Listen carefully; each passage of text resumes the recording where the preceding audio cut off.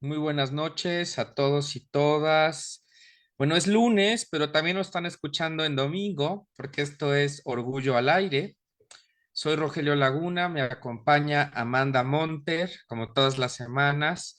Ahora en este doble horario, Amanda, ¿te ha gustado? Creo que a la gente le ha gustado, ¿eh? Sí, creo que hemos recibido muchos comentarios muy bondadosos respecto de este cambio de horario porque también pues está la repetición los domingos y pues podemos interactuar hoy en vivo, pero también muchos de los comentarios que se quedan los retomamos para las futuras ediciones y pues bueno, ¿no? La idea es también intercambiar y seguir trabajando en esto juntos, juntas y juntes. Queremos agradecer a todas las personas que nos escriben en las redes de Violeta Radio. Recuerden que aquí pueden seguir todos nuestros programas. Y también les queremos dar la sorpresa de que ya pueden encontrar en YouTube, ponen ahí Ujú. Orgullo al Aire, pueden encontrar más o menos 21 programas que hemos realizado en estas dos temporadas. Entonces, realmente, Amanda, como todos ahora los lunes, pero también los domingos, porque saludamos mucho a quienes nos escuchan en Así es, domingo, así es. estamos de manteles largos. ¿Cómo ha estado tu semana? Un calor tremendo. No sé, quienes nos van escuchando en su auto o ya llegaron a su casa o quién sabe dónde están, pero nos están escuchando, yo creo que concordarán en que hace un calor espantoso. No sé cómo te has sentido, Amanda. No, sí, ya nos hace falta, creo que aunque sea algo nublado, ¿no? Un clima nublado o, si se puede, por favor, lluvia y lluvia abundante, porque la verdad incluso hasta se ven las plantitas. Fíjate que salí el fin de semana a Querétaro y se ve como ya la radiación solar pues empieza a hacer mella en todo el camino. Ya ves que generalmente son tramos muy verdes y ya está haciendo falta la lluvia y la verdad pues también la novedad del eclipse, Rogelio, qué tal se vivió en las islas? Y un montón de personas, yo tuve que ir, me tuve que mover, pero por fortuna, a donde llegaba había gente con los lentecitos, a ver cómo va el eclipse, y los íbamos viendo, entonces realmente se disfrutó, se ve que en Mazatlán fue la locura total. Escríbanos cómo les fue en el eclipse en el Facebook de Violeta Radio, pueden ponernos sus mensajes y cómo vivieron este eclipse. Yo tenía 2 años cuando fue el anterior, entonces ni me acuerdo. Pero pues bueno, siempre uno disfruta estos fenómenos de la naturaleza. Pues tenemos, Amanda, como todos los lunes, todas las ediciones de este programa, un invitado muy especial. Como ustedes saben, Orgullo al Aire es un programa hecho para la comunidad LGBT y más, que por cierto que Violeta Radio cada vez ha ampliado más su oferta para las personas de la diversidad sexual, lo que hay que agradecer. Identivarias antes de nosotros, un poquito antes, y también está Frecuencia Lésbica, me parece que se acaba de agregar. Entonces, qué bueno que haya espacios para que todas las voces se escuchen. Y qué bueno que se sumen más espacios, Amanda. No sé tú qué pienses y de estos espacios que están surgiendo. Sí, padrísimo, la verdad que se puedan incorporar efectivamente todas las perspectivas y hablan de temas muy diversos y muy interesantes, entonces yo les recomiendo que estén muy atentos atentas y atentos a la barra de Violeta Radio, que efectivamente, como dice Rogelio, va ampliando su gama, sus programas, y hay oferta cultural, científica, e incluso pues ahora con esto electoral hasta donde se pueden, ¿no? Pero también están muy activas en las redes sociales y también generan algunas cuestiones comunitarias y colectas solidarias ciudadanas en las que se pueden sumar con mucho gusto. Mejor no hablemos del debate, No, porque no vamos a hablar. aquí no van a salir muchas cosas. Mejor empecemos la conversación con nuestro invitado el día de hoy, que bueno, ya lo van a conocer ahorita que platiquemos con él, pero cuéntanos, Amanda, ¿con quién vamos a dialogar el día de hoy? Claro que sí, pues hoy tenemos a Francisco Zárate, es licenciado en Economía, maestro en Sociología de Trabajo y también maestro en Promoción y Defensa de Derechos Humanos. Pues tiene un amplio currículum y también, pero voy a seleccionar algunas cosas de lo más relevante pues para darle el uso de la voz y poder conocer toda esta trayectoria y esta experiencia. Ha sido coordinador de educación en derechos humanos en Amnistía Internacional, pues de la sección mexicana, y también coordinador de proyectos, asesoría y docencia en la Asociación Mexicana para Sujetos de Diversos Contextos, Ampara AC.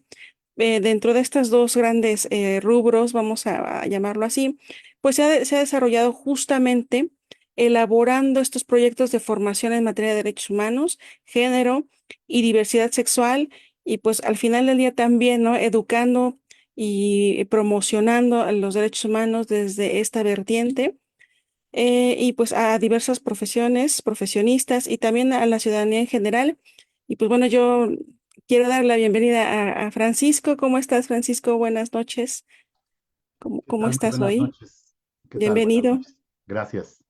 Oye, Gracias. Francisco, yo no conocía este currículum tan amplio que tienes, pero porque yo lo conocí en un curso de Sí. literatura LGBT y más particularmente literatura gay. Y me acuerdo que Francisco nos contaba que conoció a Angélica María, que estuvo ahí en la presentación del libro en la zona rosa. Yo conocí esa parte tuya, Francisco, que Sí. ahorita me gustaría que nos compartieras, pero veo que hay un trabajo importante en derechos humanos. ¿Tú cómo te definirías a ti mismo a partir de todo esto que nos ha dicho Amanda, pero también de todas las anécdotas que nos has compartido? Pues muchas gracias por la invitación. Buenas noches. En verdad es un placer estar con ustedes. Mira, ¿cómo sería? Qué buena pregunta. Ya tiene tiempo que no me la hago. Pues me definiría como una persona activista, eh, activista por la defensa de derechos humanos, pero desde una concepción desde abajo y desde una concepción más de como educador popular, porque en los últimos años eso me he dedicado. Eh, Sobre todo a acercarme a las personas que no tienen, digámoslo así, este acercamiento formal de lo que son los derechos humanos. Perdón. Entonces, este acercamiento formal que a veces, digamos que espanta mucho a la gente porque se piensa que los derechos humanos tienen mucho que ver con la legalidad o con lo jurídico. Entonces, en mi caso, no. Mi intención es poder hacer un trabajo, digámoslo así, de traducción.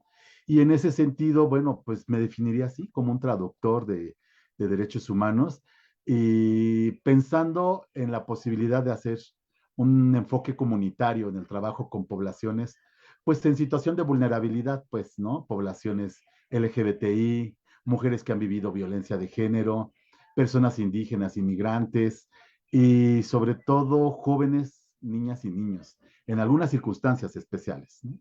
Esa sería mi definición ahorita, pues, ¿no? Qué interesante, justo Amanda, que también ha trabajado mucho los derechos humanos, ella siempre le llama mucho la atención todas estas cuestiones por lo importante que son los derechos humanos en nuestros días. Amanda, tú eres la más interesada, yo creo, en estos temas de quienes estamos. Sí, me encantó esta perspectiva que tiene Francisco, porque sí es cierto, o sea, hay muchas teorías y todo esto, pero lo más importante es que las personas conozcan sus derechos, cómo ejercerlos, incluso cuando hay una vulneración de ellos, porque a veces normalizamos muchas cosas y no está bien. Y en caso de que esto pase, ¿a dónde recurres, no? Y creo que ese es el trabajo que se tiene que hacer, pues en campo, ¿no? En las comunidades y principalmente aquellas que han sido históricamente, pues, discriminadas o que tienen ciertas circunstancias que no les permiten acceder de una manera, pues, más clara, más concreta, más fácil a estos mecanismos de defensa, pero también a otros bienes y servicios preponderantes para el desarrollo, pues, de un proyecto de vida con dignidad. Entonces, es padrísimo todo lo que estaba leyendo de Francisco y qué interesante que estas anécdotas también, por otro lado, ¿no? Tenga Francisco respecto de toda la gente que vas conociendo en el camino, ¿no, Francisco? A todas las personas que pueden acudir a una cátedra o a un curso, ¿no? O a una acción concreta para promocionar o promover los derechos humanos. A mí me encanta eso porque ves tantos perfiles y tanta gente interesada que a veces no saben cómo, pero están ahí, ¿no? Buscando sumarse, ¿no? ¿Cuál ha sido como esa experiencia que más te ha conmovido o que te ha generado un impacto aquí muy favorable? Pues yo diría que dos circunstancias en especial. Una porque, bueno, yo empecé en esta parte de lo que hoy conocemos como LGBTI, pues hace aproximadamente unos 35 años. Entonces, en ese momento era el movimiento lésbico homosexual. Después ya pasó a ser lésbico gay. y de lésbico gay ya pasó un poco a diversidad sexual y a LGBTI, ¿no? A lo que tenemos hoy. Entonces, en todo ese proceso, una de mis preocupaciones fue generar acompañamiento. En un principio era para salir del closet, digámoslo así, ¿no? Sobre todo, cómo enfrentar esta situación personal y familiar de revelar la orientación sexual ante familiares, amistades, círculos cercanos de socialización como el trabajo, la escuela. Después fue, digamos, en la etapa más cruda, que fue el acompañamiento a personas que viven y que vivieron con VIH-Sida. Y creo que esa fue, digamos, esa fue la época más retadora, porque pues había gente que moría, había pocos apoyos, pocos recursos, y sobre todo había toda una cultura que estigmatizaba y criminalizaba el hecho de ser homosexual porque lo asociaba directamente al hecho de estar enfermo, pues, ¿no? Y esta connotación de enfermedad era una connotación de, además de enfermedad contagiosa y de enfermedad mala, digámoslo así, ¿no? Entonces, el acompañamiento era difícil y sobre todo la posibilidad, pues, de generar expectativas de vida. Yo creo que ese fue uno de los grandes retos que afortunadamente a algunas personas nos tocó vivir. Y en esta última etapa, digámoslo así, de inicios de este siglo, pues ha sido la posibilidad de generar unas redes comunitarias, redes de apoyo comunitario. Porque desde mi punto de vista, en mi experiencia, en lo que he analizado y en lo que he revisado, creo que el hecho de ser LGBTI de repente tiene un componente muy individualizado o muy individualista. Y en ocasiones creo que eso genera, eh, digámoslo así, eh, pues dificultades para poder precisamente concretar la existencia de una vida digna porque se hace de manera muy solitaria en ocasiones, aunque ya no hay tantos problemas de closet, de estigmatización, de discriminación o de violencia, no los hay tanto, no hay tantos pues, pero los que existen sí siguen siendo muy intensos y muy agudos, digamos así.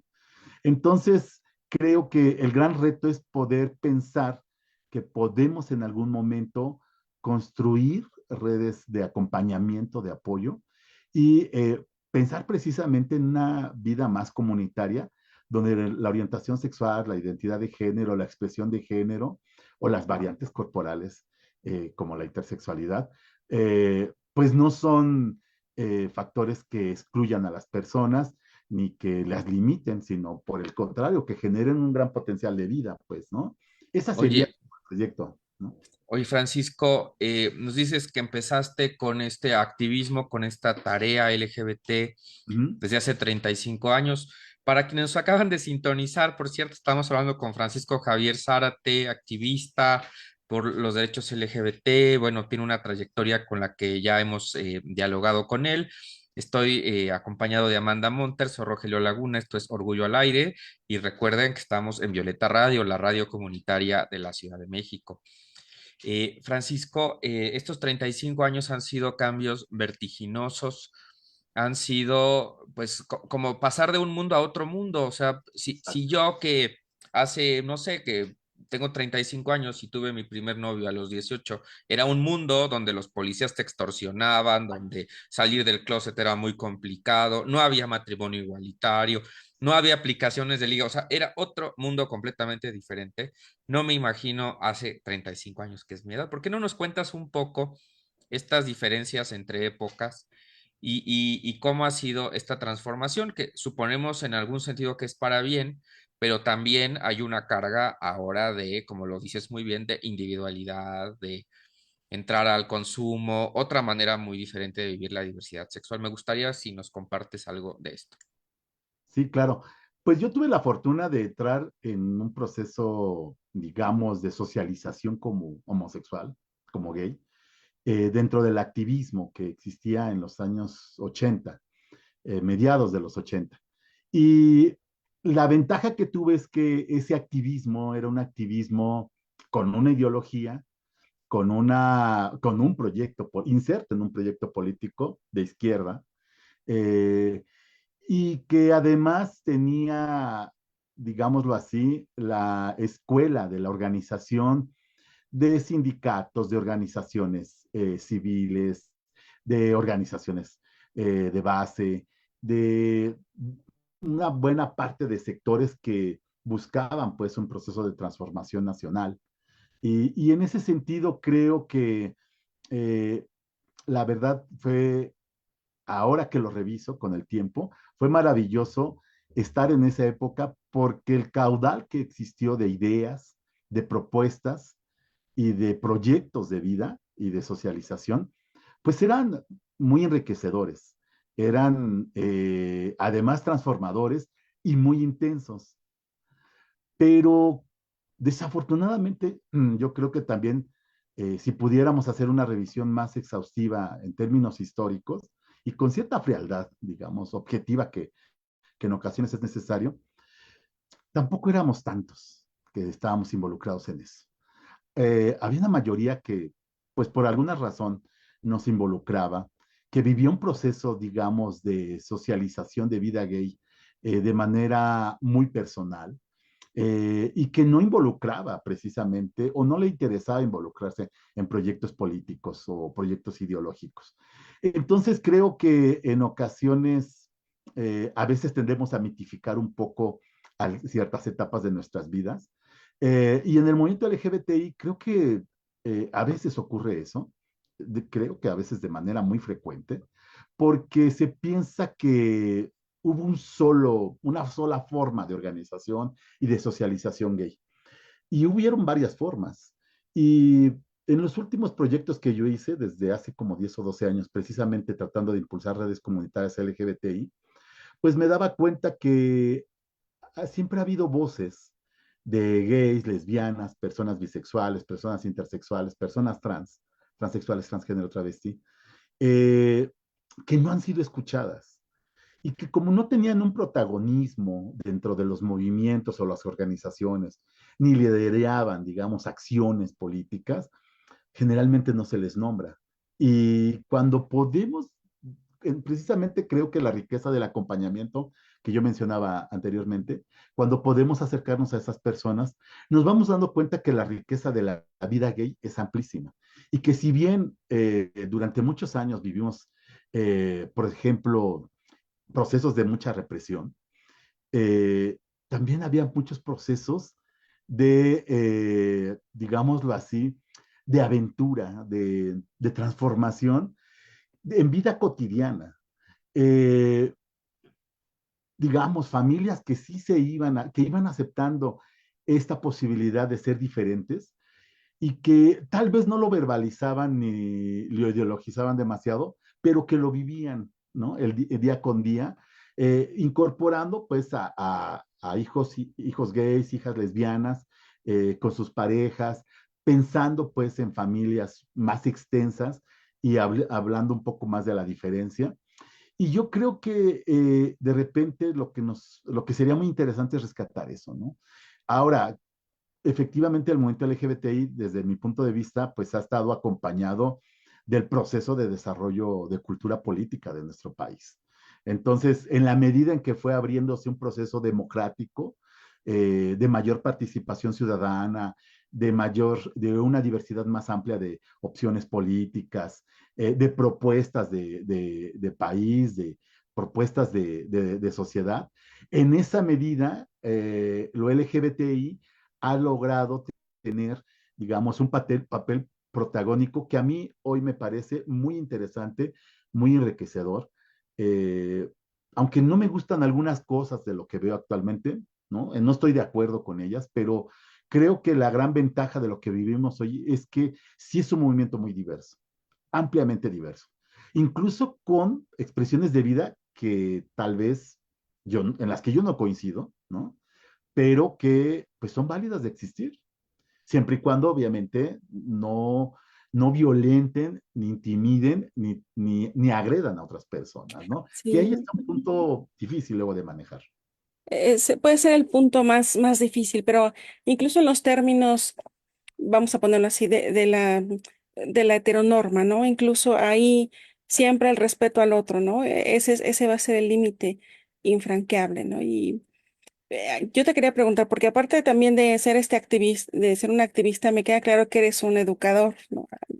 De los derechos humanos, para los derechos humanos, ¿no? Y una pregunta muy concreta, ¿cómo podemos educar hoy en día o qué experiencias, qué estrategias has tú logrado pulir, decantar para cómo enseñar hoy en día derechos humanos, pero pensando en la inclusión, claro, ¿no? En el respeto a la diversidad, em, y pues también, ¿no? A cómo convivir no aisladamente, ¿no?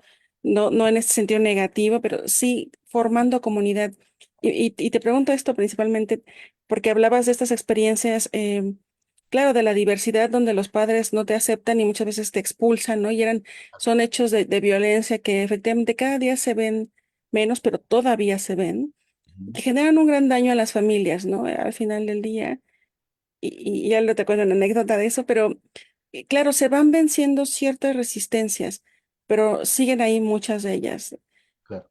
¿Cómo empezamos desde las edades más tempranas a educar en términos generales sobre derechos humanos, pero pensando en la inclusión y no solo de la diversidad sexual, ¿no? Sino también hay una multiculturalidad muy amplia, ¿no? Digo, aquí nuestro programa es sobre la diversidad sexual, pero al final del día creo que también toca esos otros temas. Claro. Sí, yo creo que diversidad sexual y diversidad cultural generalmente siempre van de la mano y que a veces lo olvidamos, pues, ¿no? Nos concentramos tanto nada más en nuestro ámbito, digámoslo así, que olvidamos que estamos constantemente relacionados con otros espacios. Eh, Mira, yo creo que, por ejemplo, expresiones de discriminación, algunas han desaparecido, por fortuna, pero algunas más bien se han transformado y se han hecho, digámoslo así, más invisibles, lo cual, lo que no quiere decir que no existan y que no generen un efecto dañino, sino que hay una manera a veces, eso a mí me ha sorprendido en todos estos años, porque hay cosas que uno pensaba que ya se habían erradicado, ¿no? Por ejemplo, una violencia extrema, ¿no? De matar a alguien porque es diferente. Y eso desafortunadamente no ha desaparecido. Y hay un discurso y todo, no solo un discurso no solo una narrativa, sino hay un conjunto, digámoslo así, de mecanismos culturales que hacen que lo diferente o les diferentes sean señalados como indeseables y por lo tanto como personas despreciables y posiblemente desaparecibles, ¿no? Entonces, eso creo que se tiene que combatir o se tiene que enfrentar precisamente desde un ámbito educativo y no solo, digamos, comprendiendo los primeros años de la infancia, que es muy oportuno, sino también en todos los niveles. Eh, a mi edad podemos cambiar. La gente adulta, adulta mayor, las personas adultas mayores, es necesario que sean educadas. En cualquier nivel podemos ser educadas, y más en este tipo de temas. Y para mí hay tres elementos fundamentales. Paciencia, mucha paciencia, porque los resultados no son inmediatos. Hay cosas que yo pensé que no iba a ver y afortunadamente las he podido ver, ¿no? Por ejemplo, ahora que me tocó ver dos eclipses, pues sí, pensamos que pues sí, podemos ver cambios muy positivos en familias que aceptan, ya no solo incluyen, digamos, como una especie de tolerancia a sus hijas, hijos, hijes, sino que los aceptan, pero que además les ayudan en el desarrollo de vida y en la generación de un proyecto y sentido de vida. El otro elemento que para mí es muy importante es una escucha activa, de en verdad genuino acompañamiento. La gente va a tomar sus decisiones, debe tomar sus decisiones, las personas deben tomar, y más cuando asumen su orientación sexual y su identidad de género como elemento central de su identidad personal. Entonces, eso pues les invita a crear diferentes escenarios de vida y eso hay que respetarlo.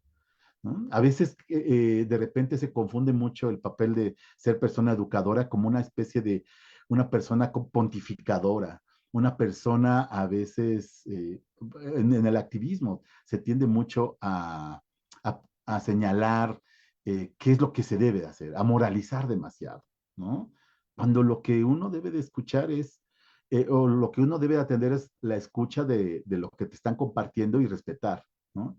Y lo tercero, sí, un pensamiento crítico de transformación, necesariamente. Porque además la orientación sexual, la identidad de género, la expresión de género, se va modificando con el tiempo. Hay cosas que la edad nos va obligando a pensar de manera distinta. Tal vez hoy estoy soltero, pero en 2 o 3 años voy a tener una pareja y voy a querer casarme y voy a querer tener hijos. Y tal vez voy a querer tener una familia muy normalizada, ¿no? Puede ser legítimo, aunque a mí no me parezca, digamos, como un proyecto de vida. Si a otra persona le funciona, eso puede ser muy respetable. Hay personas trans que hacen procesos de transformación y que en ocasiones, digamos, no corresponden con los discursos ideológicos, ¿no? Y que de repente desde cierto tipo de activismo, desde cierto tipo de, o desde ciertos ámbitos académicos, pareciera ser que son muy determinantes de cómo hacerlo, ¿no? Entonces, por ejemplo, a mí me ha sorprendido mucho ver personajes como Wendy Guevara, ¿no?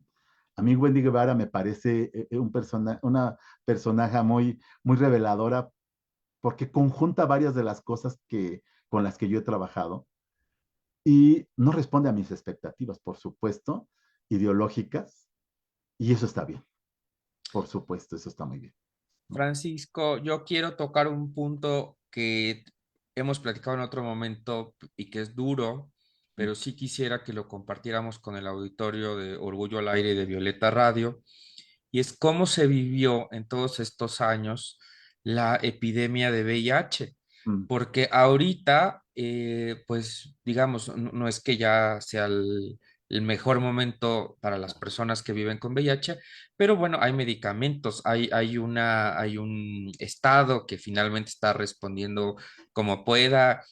Poco a poco se van venciendo los estigmas de que no es una enfermedad de un sector de la población, sino que cualquier persona está expuesta a este virus, pero no siempre fue así. Entonces, a mí me gustaría, Francisco, que, bueno, yo entiendo que es un tema que posiblemente es duro, Mm. pero que nos compartas un poco también cómo fue esta historia, porque las personas que estamos en la comunidad LGBT, pues tenemos una historia detrás que no conocemos necesariamente. Pues mira, yo te daré mi reflexión muy personalísima, y así lo quiero señalar, porque eh, creo que en un principio yo lo veía más como una etapa muy cruda, de, alimentada por dos cosas, el miedo, ¿no? Y la ignorancia, que generaba mucha soledad. Yo creo que eso fue el inicio de esta epidemia. Fue precisamente un inicio muy demoledor, porque cortó de tajo muchas vidas y desafortunadamente rompió, digámoslo así, la dinámica que se venía construyendo respecto a fortalecer un movimiento en torno a la libertad sexual, ¿no? Enarbolada principalmente por personas que reivindicaban su orientación sexual, su identidad de género, su expresión de género. Entonces, esa etapa yo creo que fue muy dolorosa porque en verdad, aunque había acompañamiento entre personas gays particularmente, personas homosexuales, a veces no era suficiente. Y por supuesto, el terror que generó la posibilidad de morir de manera dolorosa, pues hizo que hubiera como una especie de repliegue, desde mi punto de vista. Mm, con el tiempo esto se ha transformado porque afortunadamente eh, toda experiencia dolorosa sí genera sí que provoca una experiencia de aprendizaje muy significativa. Y esa experiencia, desde mi punto de vista, tiene que ver con la posibilidad de organizarnos, la posibilidad de poder reivindicar nuestra propia existencia, nuestra forma de vida, y en ese sentido fortaleció la sociedad civil organizada del movimiento LGBTI, sobre todo de personas gays.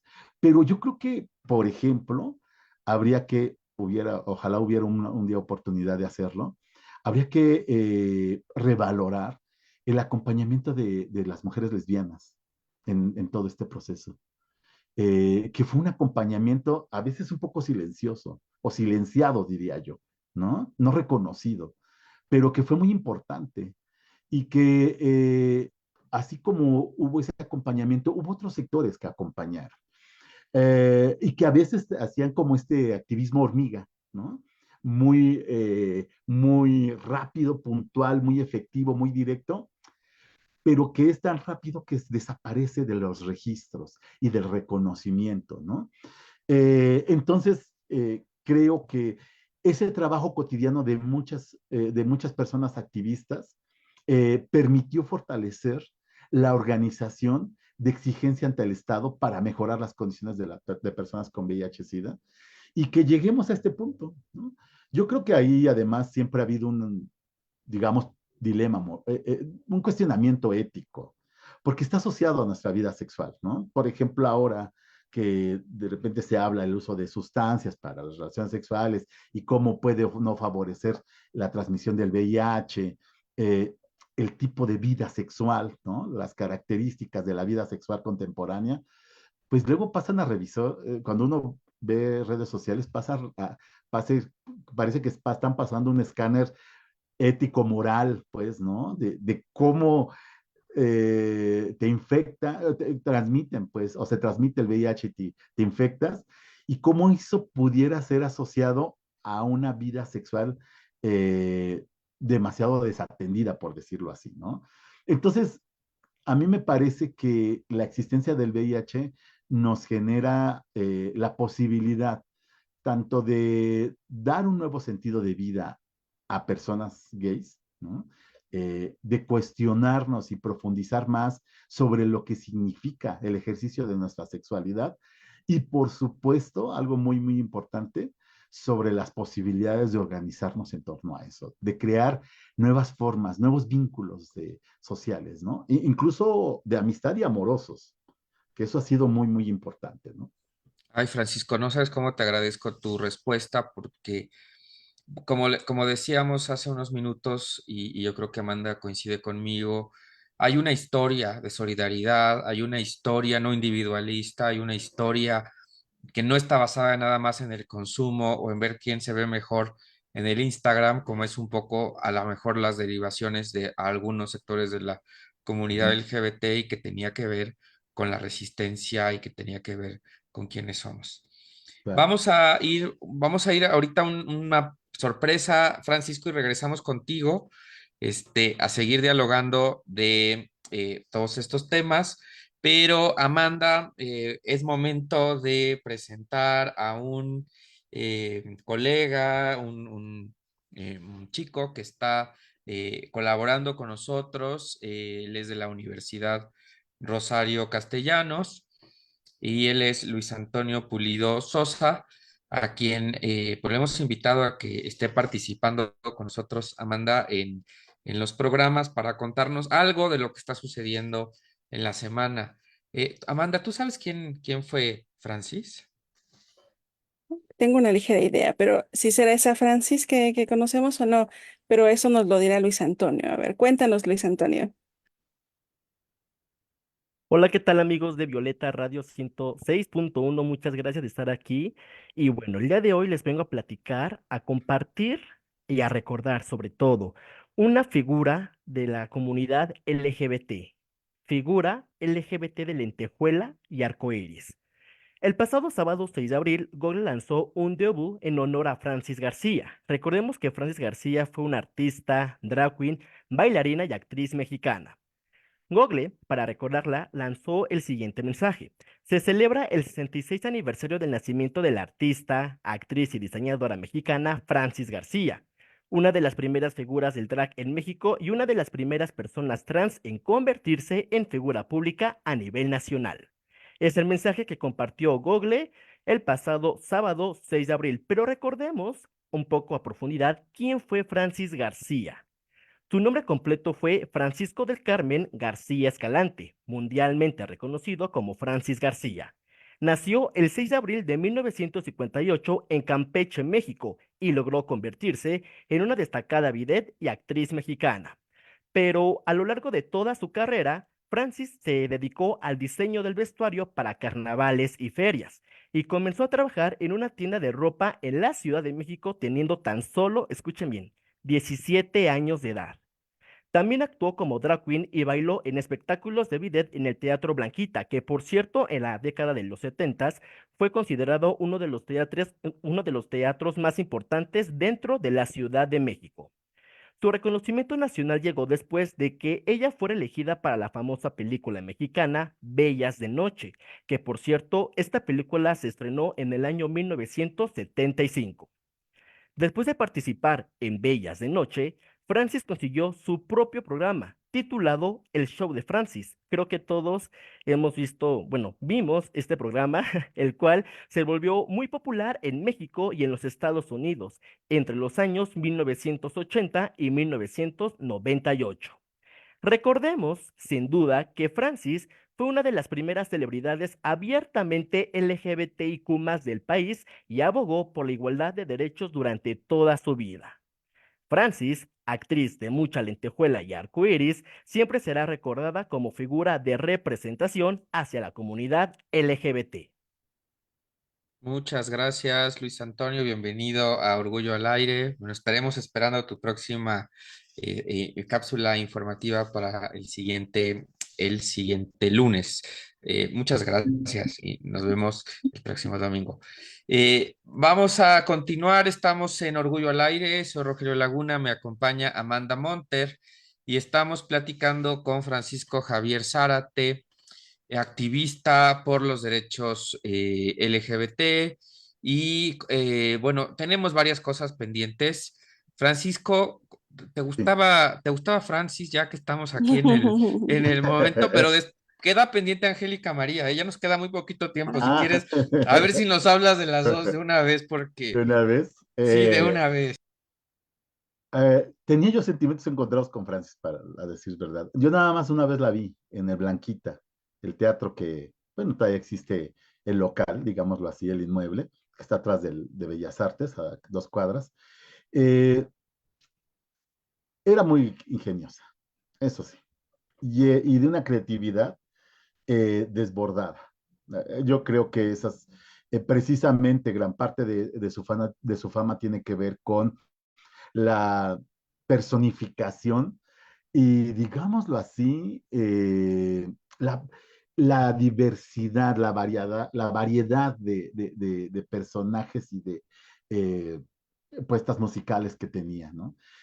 Lo que no me gustaba era esta reproducción de chistes homófobos, eh, hirientes, de este discurso o de esta forma, pues sí, muy misógina y homófoba, y sobre todo cargada hacia digámoslo así, hacia las personas más vulnerables en mayor situación de vulnerabilidad. Si se me permite, bueno, tratando de citar, hablaba del jotito, del mariconcito, y de esa forma despectiva, ridiculizadora.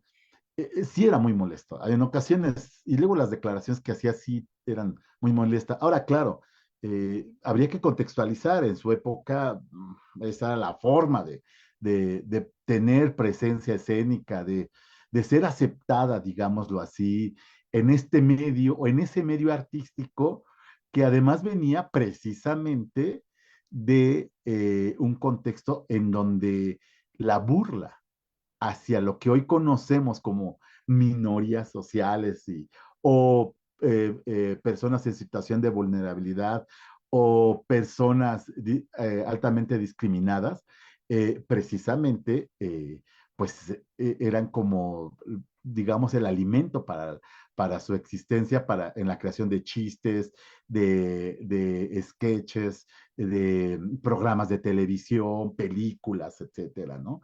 Esa ridiculización, por ejemplo, del homosexual, sí era muy pues la verdad es que sí nos generaba mucha desventaja, porque precisamente es el alimento para la homofobia que pudiera haber en la escuela, en el trabajo, en la familia, ¿no?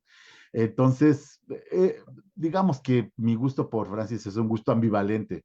Había que reconocerle su capacidad, pero bueno, ojalá hubiera podido crear otros discursos. Ya había, por ejemplo, personajes distintos. Más adelante ya salió Alejandra Bogue, Tito Vasconcelos hacía cosas mucho más dignas, por supuesto, ¿no? Y reivindicando. En fin, creo que sí, el contexto era muy complicado para hacer algo distinto, pero Francis, bueno, hizo un papel relevante en esa parte. Y de Angélica María, bueno, es que yo vi a Angélica María en un bar que todavía existe, espero, ¿verdad? Que se llama El Taller, que está en la zona rosa, y el taller tenía, precisamente había los martes unas pláticas, eran los martes del taller, y en los martes del taller se presentaba siempre una plática, pues digamos, sobre concientización del activismo gay, información, campañas preventivas sobre VIH y temas varios que, digamos, nos preocupaban en ese tiempo a la comunidad lésbica gay. Pero en ese taller no entraban las mujeres, solamente entraban los hombres, ¿no? Y lo voy a poner entre comillas, porque, bueno, ¿no? Para lo que se entendía como hombres en aquella época. Pero a mí me tocó la fortuna de ver a Angélica María en la presentación de un libro que se llama La hermana secreta de Angélica María, del escritor Luis Zapata, que el año pasado falleció. Y fue una presentación muy luminosa, muy jocosa. Por ejemplo, Angélica María a mí me parece que era una de las artistas, ¿cómo decirlo? Más cálidas con las personas homosexuales. Hay, es muy curioso, habría que hacer un día un tema de investigación, a lo mejor ya lo hay, ¿verdad? Pero yo no lo he leído, sobre la relación que tenemos con mujeres artistas, los hombres gays, hombres homosexuales, la fascinación que nos da, que tenemos por estas mujeres. Y Angélica María, en ese sentido, pues, haber sido después, durante mucho tiempo, la novia de México, era divertida, era amena, una mujer muy guapa y sobre todo pues muy buena voz. Y en esa presentación pues se adaptó muy bien a las circunstancias, sabía jugar muy bien en el medio, o sea, le gustaba, ¿no? Lo que decimos luego en el caló, creo que todavía se dice, era muy jotera, pues, ¿no? Era muy cómplice del mundo gay. Entonces, esa vez, pues en la presentación leyera algunas partes, no sé si debo spoilar o no lo de la novela, pero La hermana secreta es una de las primeras, creo que sí, casi la única, a lo mejor me equivoco, pero la única novela que yo he leído que tiene un tema trans, ¿no? Trans, que en ese momento no era trans, el término trans no estaba, digamos, popularizado, pues, ¿no? Y bueno, y que ahora poniéndose un poco más exigente sería como trans e intersexual el tema, ¿no? No quisiera decir más, ojalá la invitación es a leer el libro, por ahí está, búsquenlo, consíganlo, vale la pena, es uno de los mejores libros de Luis Zapata. Y por supuesto, Angélica María, es un gran homenaje a Angélica María, y Angélica María lo recibió muy bien, como ha recibido muy bien, digamos, a esta, pues sí, a la comunidad gay, homosexual, ¿no? Eso te diría. Ay, Eso. a mí me encantan esas anécdotas, Amanda. A ti también te hubiera gustado, yo creo, conocer a Angélica María. Sí, Sí, tenía eso que le llaman el don de gentes, ¿no? Se le notaba la afabilidad y todo. sí. Y ya nos queda bien poquito tiempo, Francisco, Rogelio, pero no me quiero ir a propósito de lo que comentabas sin hacerte este cuestionamiento, digo, lo que nos alcance, Francisco. Claro. Y comentabas, por ejemplo, estas formas a veces de quizá apropiarse de ciertos discursos, pero también, o incluso evidenciarlos, porque también luego las intenciones pueden ser distintas, ¿no? Respecto a esto que decías de Francis. y que todavía, ahora ya no tanto, pero yo todavía escucho algunas comunidades hablar, hacer chistes basados en estos prejuicios, estereotipos, roles. Y me comentaba una amiga que en su fiesta de fin de año, justo, ¿no? La que pasó, llevaron a un comediante, no recuerdo, unos que veracruzano, no sé, no recuerdo cómo. Y mucho de su repertorio era sobre esto, ¿no?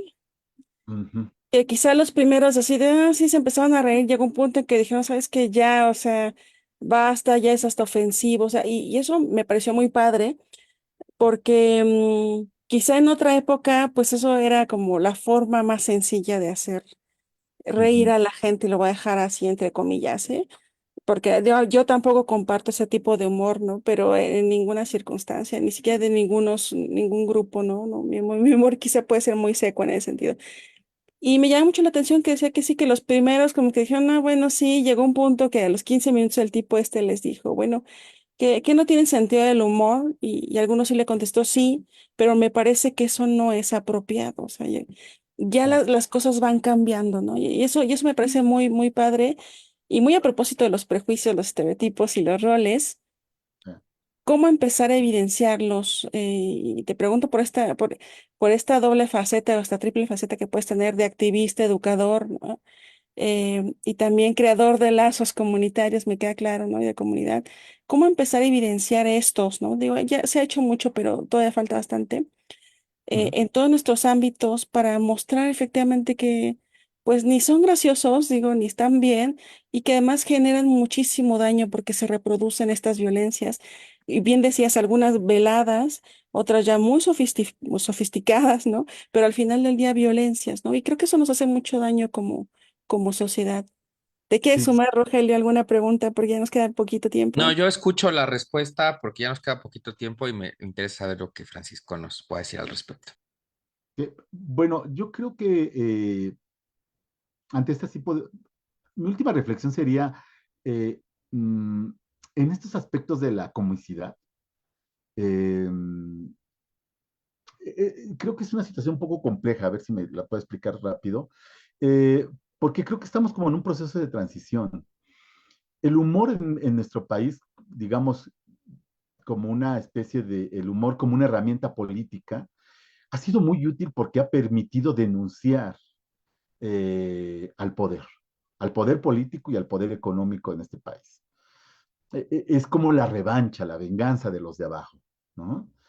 Pero desafortunadamente también tiene su lado filoso, que es a veces termina sacrificando a quienes precisamente quiere reivindicar, ¿no? Entonces, creo que no estamos en ese proceso de transición porque durante mucho tiempo se alimentó, sobre todo en la televisión mexicana, la idea de esta comicidad que hacía escarnio de la gente indefensa, digámoslo así, de la gente que no tenía la posibilidad de presentarse y contestar ante las agresiones, ante la ridiculización. Eh, Televisa, por ejemplo, durante muchos años alimentó esa comicidad que era muy complaciente con el poder, ¿no? Por eso el asunto con Francis era muy ambivalente, porque algo que sí pasaba con Francis y que pasaba mucho en el Teatro Blanquita y con muchos cómicos de carpa y de teatro de revista, era la posibilidad, si bien utilizaban este lenguaje estigmatizador, estereotipado, a veces muy dañino, la posibilidad de regresárselo, de contestarles, existía, lo que no pasaba en la televisión. O sea, yo te puedo echar yo puedo responder un albur si tengo la oportunidad de hacerlo y lo voy a hacer. Y además despierta mi ingenio. Y si lo aceptamos y si es un lenguaje entendido, quizás no sea tan peligroso, no sea tan dañino, pues, ¿no? Pero desafortunadamente, pues esta estereotipación de repente no tenía posibilidades de ser desarticulada. Hoy yo creo que, pues, evidenciarlo, las redes sociales ayudan mucho para evidenciarlo, ¿no? Y no solo me quedaría en a veces yo ya no batallo tanto en eso. Yo digo, pues dejemos de consumirlo, dejemos de seguirlo, dejemos de reproducirlo, dejemos de compartirlo, ¿no? Quizá no va a desaparecer por un buen rato. La situación obliga hacer a veces escarnio de uno mismo. Eso es muy curioso, pues. También tenemos una cultura mexicana que ha sobrevivido a eso, ¿eh? Y en ese sentido, pues lo LGBTI no se escapa, ¿no?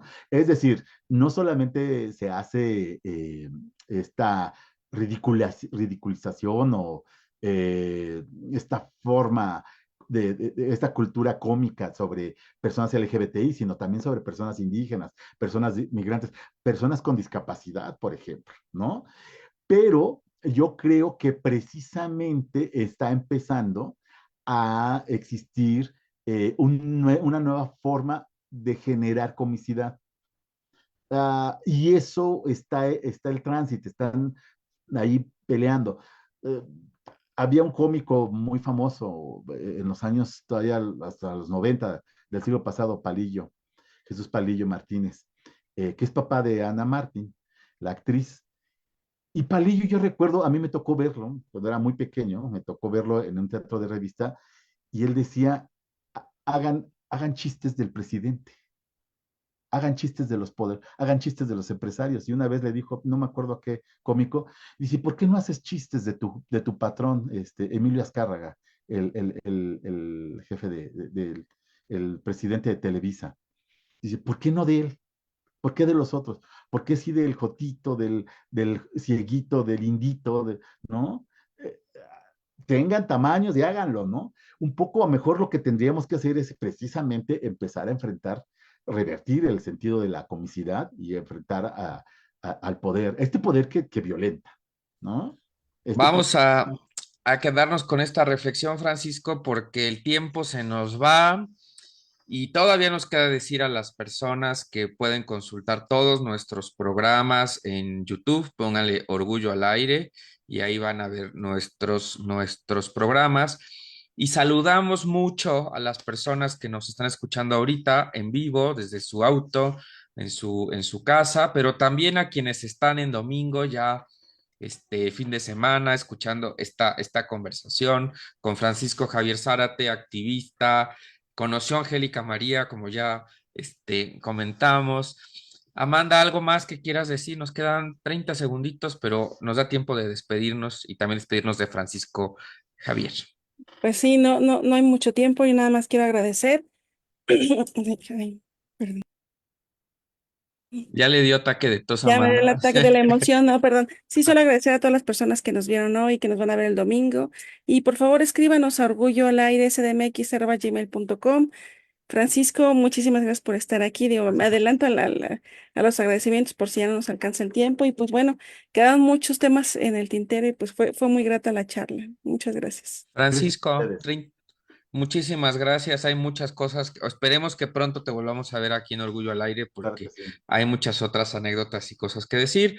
Gracias a todo el equipo de Orgullo al Aire, a todo el equipo de Violeta Radio, a Maru Chávez que anda por ahí, Balán Flores, Marco Tulio, Luis Antonio que nos está ayudando con sus cápsulas. Soy Rogelio Laguna, me acompañó Amanda Monter y nos vemos el próximo lunes y domingo cuando sea de nuevo tiempo de sacar nuestro orgullo al aire, aunque hay que sacarlo todos los días, aunque sea un ratito, para que le dé el airecito, ¿sí? Bueno, Amanda, nos vemos el próximo lunes. Francisco, gracias a todos. Hasta la próxima. Bye.